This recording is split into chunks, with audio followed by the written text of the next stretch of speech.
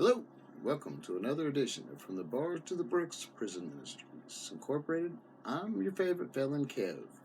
Today we are going to talk about the county jail. I'm going to talk about my times in county, my first time in county, 16, put in the adult Sedgwick County Jail, new Sedgwick County Jail. So I'm going to talk about that today. So we'll just go back. We'll start. I kind of give a little bit, last a little bit, and some other stuff, but I was in trouble. I had 26 felonies by the time I was, just turning 16, right? By the time I'd actually caught them when I was 15, but they caught up with me when I was 16. My godfather was a prominent attorney in the state of Kansas. Not going to put his name out there, but he's no longer practicing. In fact, he's not even alive. But he got me out of a lot of stuff. My dad was a cop. That also helped get me out of a lot of stuff. Anyway, my godfather got tired of helping me. The court got tired of messing with me. And so, they filed a motion for adult prosecution and adjudicated me as an adult. So here I was, 16 years old. I have a pregnant girlfriend. Part of the reason I was in jail, I was 15, she was 14, and that's illegal. But even though neither one of us could consent, falls on the male. But hey, her dad didn't shoot me. He called the cops. I'd probably rather that, because I don't know what I'd do if one of my daughters would come up pregnant at 14. But anyway, so I got put into county jail, an adult county jail. Remember, I'm 16. That time, I don't know. I'm not very tall now. I'm only like 5'9", so I might have been like 5'8", maybe. I don't know. But 100 and nothing pounds, really skinny, blonde hair, blue eyes. Yeah, not a good. And I looked young. I was not one of them kids that looked older, didn't have, no facial hair, nothing, I looked young. In fact, I looked younger than 16. So, at that time, you enter into Sedgwick County Jail. They put you in course holding when you go into booking. And procedures in Sedgwick County are different now than they were back in 1991. So you got to keep that in mind as we talk. And I will go over the now, or close to now, the last time I was in there, later. But my first time, I go in there, I'm in a holding cell, and of course I'm a kid, so they put me in a holding tank by myself, in booking, and my dad, like I said, he was a cop. He was a Sedgwick County Sheriff's deputy. He worked the jail. These guys knew my dad. That sucked. So I had law enforcement that already knew me, knew I was a troublemaker, knew I was problems. Tough as nails, 16, whoop everybody, just baddest dude on the planet, But I thought that. I got a quick lesson in the Sedgwick County Jail. So at that time, you sit there in booking, and then they process you. You go to medical, this, that. Then they fingerprint you. Now it's all electronic. They're digital. But at that time it was ink. This rookie was printing me, and he kept messing up. Every time the lieutenant would come over and look at, nope, do it again. Nope, do it again. About the fourth time of this, I'm like, look, if you don't get this right, I'm whooping your ass. Well, that didn't turn out well for me. He hit the button. A bunch of them rushed me and whooped my ass, cuffed me, threw me in a solitary for like 10 days until my bruises and stuff healed, or they beat me with the rubber batons and stuff and kicked me and everything else. And I couldn't contact my family or nothing. And of course, my dad knew. But you know what? He took the cop's side. Isn't that awesome? But anyway, after that, you go to, at that time, before you went into population anywhere, you went for 72 hours. Your first 72 hours, you're in Pod 1. And so, after they finally booked me through, and I was on a probation violation.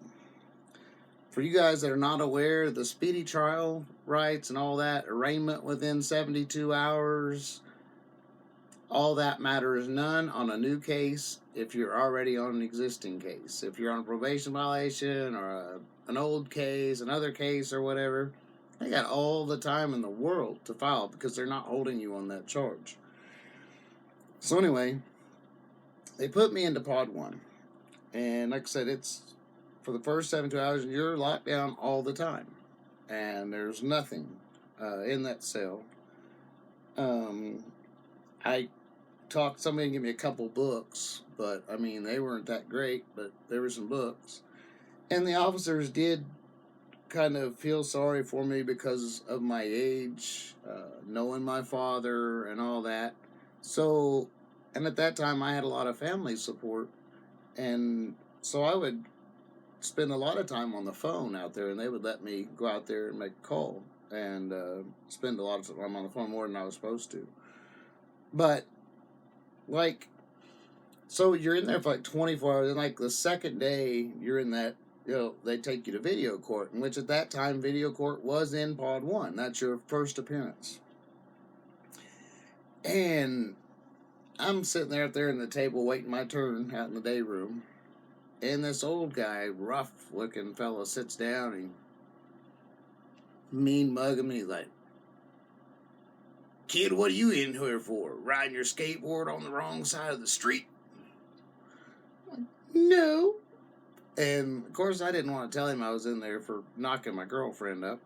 Sex crimes are kind of frowned upon, even if it's something like that. There's a lot of explaining goes along with it. And I was scared, too. I was new in the prison. I'd never been to, heck, I don't think I'd done more than 45 days in YCAT my whole childhood over all them felonies. And so, that's just crazy. And so anyway, I told him, no, aggravated burglary and forgery. And he's like, I said, "What are you here for?" And he's like, "I'm fighting extradition to Georgia and 5 counts of murder." Cool. The man's name was Larry Mills. I'm bad with names.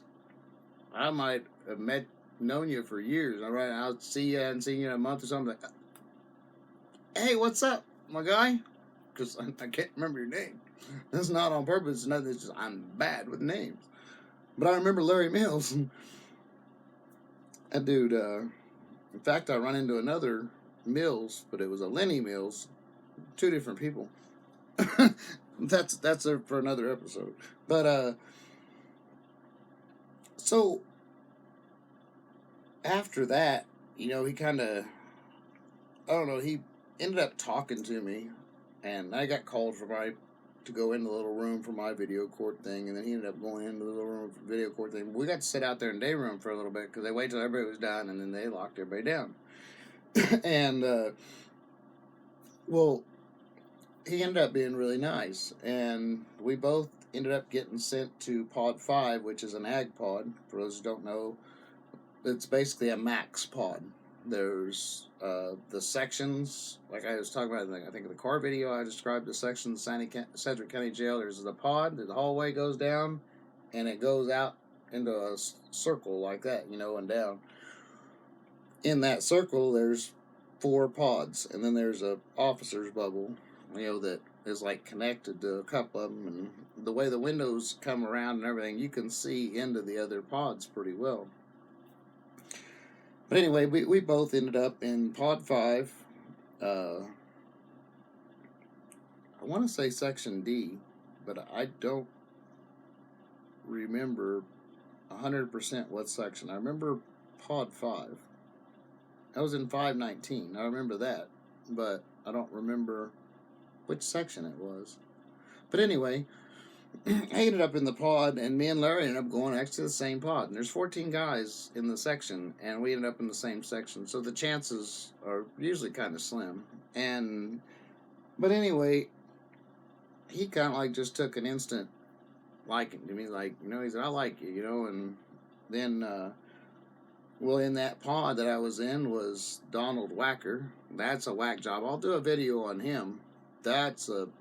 Yeah, his name's fitting. But anyway, Garland Devers, him and his brother had shot the Sedgwick County Sheriff's deputy down in Wichita and around in 91, and he was in there, and a couple other older cats.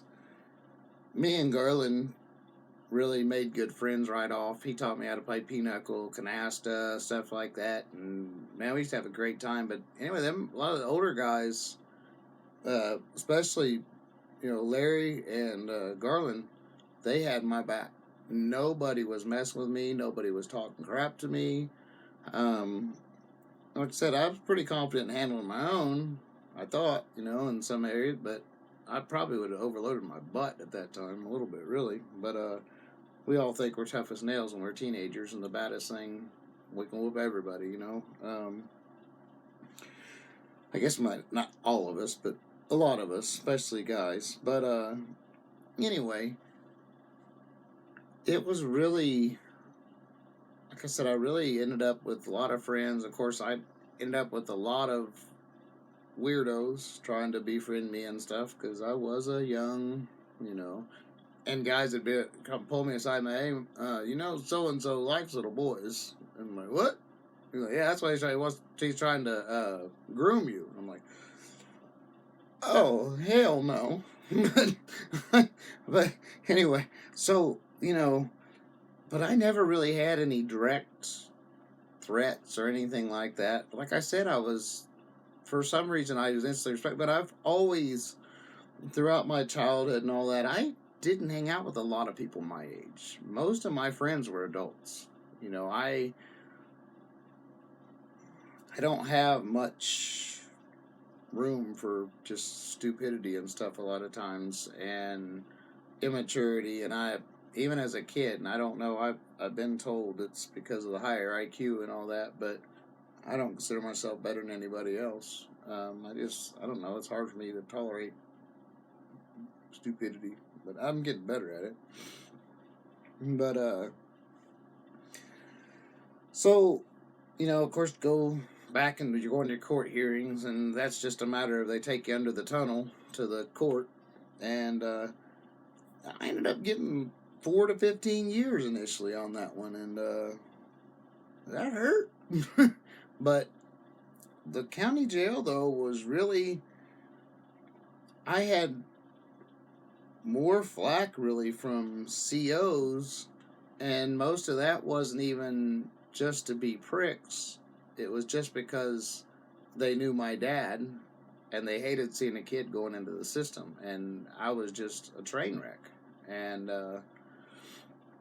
knucklehead, train wreck, it didn't matter. I had no morals. I didn't give two cares about nothing back then. It was about me, all about me, whatever I wanted, when I wanted it. I was not a great person. I can't say I didn't deserve that time. I mean, I still don't think that, I don't know. I mean, I don't agree with all the charges, but hey, it is what it is. It happened. It's over with. Done the time. I had no, issues or whatever, and but like I said, Sedgwick County was rough Now there wasn't. I can't say that I didn't see some times that really, really kind of freaked me out. Alan Kingsley, he is the one that murdered old lady Jabara. Maybe I'll do something on him. He's kind of an uninteresting fellow, though. Besides, he murdered the Mama Jabara, the old lady Jabara, but raped and murdered. But he got, the family had paid, or somebody had paid. Something happened anyway. Somebody, for some reason, threw some water in a big hot pot, like in his face, started beating him, bit part of his ear off. I mean, it was, yeah, that was just, man. Sure, that was even before Tyson bit off Holyfield's ear, so I don't know, maybe Tyson got some jail footage and learned that from the dude that beat up Alan Kingsley. I don't know, but I mean, other than that big fight, there wasn't a lot. It was pretty uneventful with me. I mean, like I said, but I get along with everybody. And I'll tell you what's crazy. Here's a crazy, crazy fact. I was 16 years old. I was in the Sedgwick County Jail. Guess what I bought? Because at that time, when you're coming in, I forgot this step. After you get processed and everything, before they take you to Pod 1, where they strip you out, put you in, you know, the oranges and all that, which they'd already put me in a jumpsuit when they put me in down 10 days. They ended up taking my clothes and making me change and all that. And of course, I was complying after that. I was, yes, sir. I got you. Sorry it's taking me a minute. I'm kind of sore, but, you know, well, we got her done. But anyway, you used to stop the window. If anybody's been in the Sedgwick County Jail lately, when you go in to shower and change and all that, there's that window in that room that the officers go into and pull the boxes out of. If you went out of county and come back, your property's in there. That used to be a canteen area. Sedgwick County used to run their own canteen. And at that time, you could smoke. And so on my way in to Pod 1 at 16 years old, and keep in mind that the age was 18 at that time, legal age to buy tobacco, not 21 like it is now. Nonetheless, it was illegal. I was a minor.